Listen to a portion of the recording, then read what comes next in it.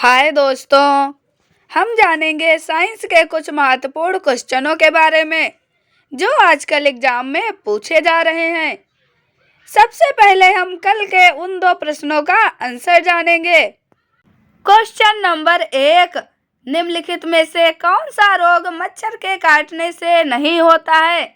इसके ऑप्शन है A dengue, B malaria, C hepatitis, D फीलपाव।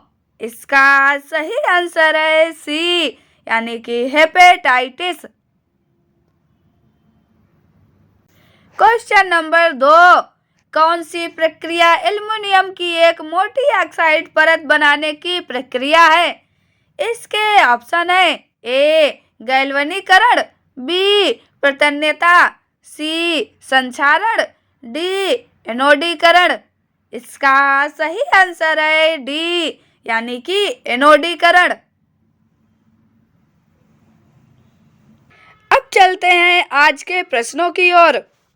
Question number 1, गुब्बारों को उड़ाने के लिए काम में लाई जाने वाली गैस कौन सी है?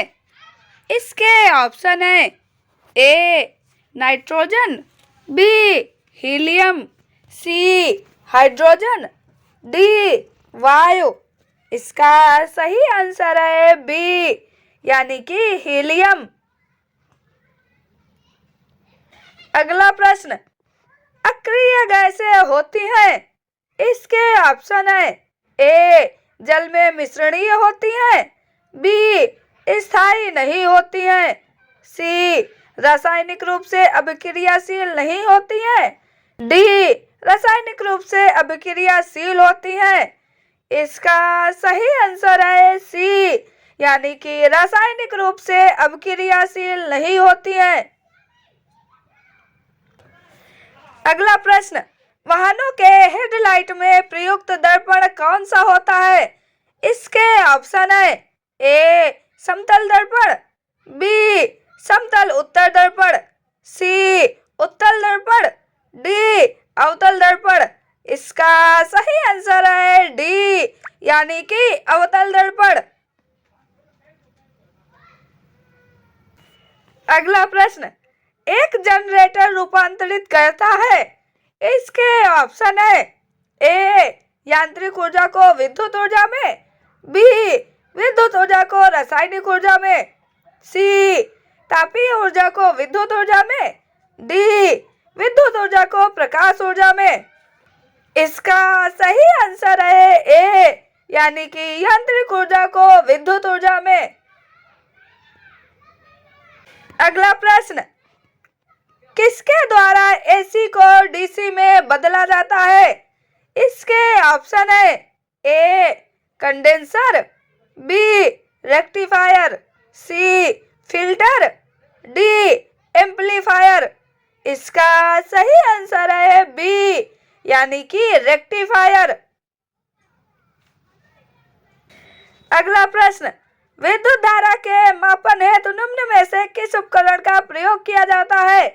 इसके ऑप्शन है ए गैल्वेनोमीटर, बी एमीटर, सी रियोस्टेट, डी वोल्टमीटर।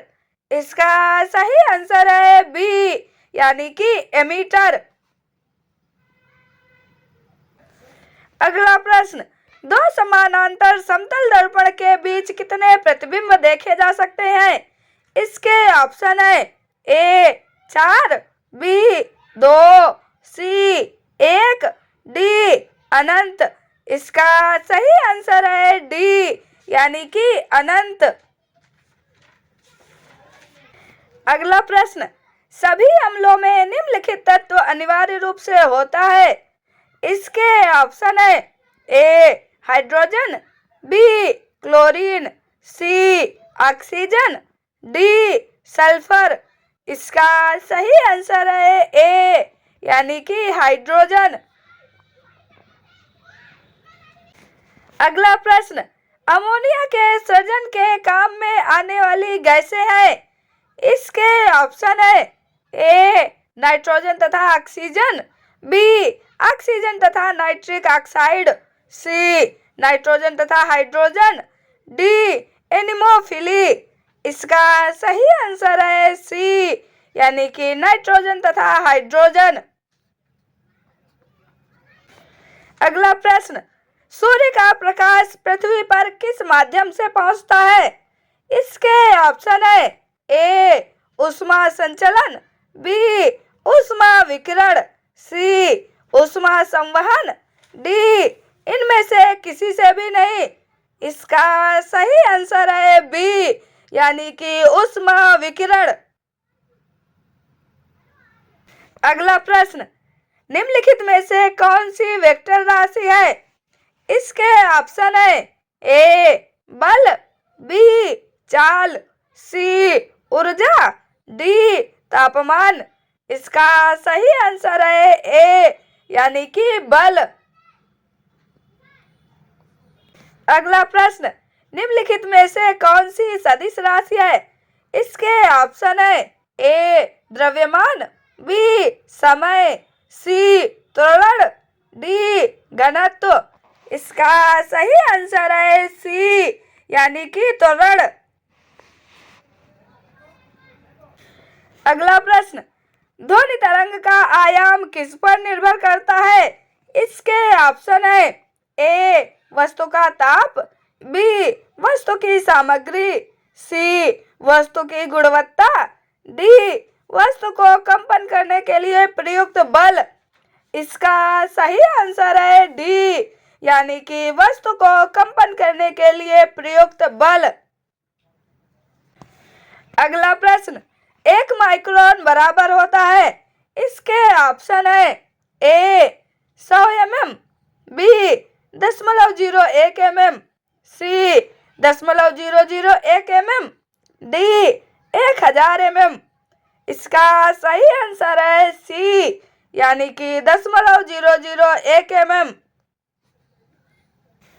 अगला प्रश्न, दो सदिशों के गुणनफल से प्राप्त राशि होती है? इसके ऑप्शन है ए सदिश, बी अदिश, सी ए या बी, डी इनमें से कोई भी नहीं। इसका सही आंसर है सी, यानी कि ए या बी। अगला प्रश्न, आधुनिक आवर्त सारणी के वर्ग 1 के तत्वों को क्या कहा जाता है? इसके ऑप्शन है ए क्षारीय मृदा धातुएं, बी हैलोजन, सी आदर्श गैस, डी क्षार धातु। इसका सही आंसर है डी, यानी कि क्षार धातु। अगला प्रश्न, पीने वाला सोडा होता है? इसके ऑप्शन है ए उदासीन, बी ऑक्सीकारक, सी प्रकृति से अम्लीय, डी प्रकृति से क्षारकीय। इसका सही आंसर है सी, यानी कि प्रकृति से अम्लीय। अगला प्रश्न, निम्न में से किसमें निम्न प्रतिरोधकता होती है? इसके ऑप्शन है ए नाइक्रोम, बी ग्लास, सी हीरा, डी इबोनिट। इसका सही आंसर है ए, यानी कि नाइक्रोम। अगला प्रश्न, निम्नलिखित में से कौन सा एक तत्व नहीं है? इसके ऑप्शन है ए हीलियम, बी कॉपर, सी ऑक्सीजन, डी पानी। इसका सही आंसर है डी, यानी कि पानी। अगला प्रश्न, निम्नलिखित में से कौन सा समपरमाणुक अणु नहीं है? इसके ऑप्शन है ए H2, बी N2, सी P4, डी CO2। इसका सही आंसर है डी, यानी कि CO2।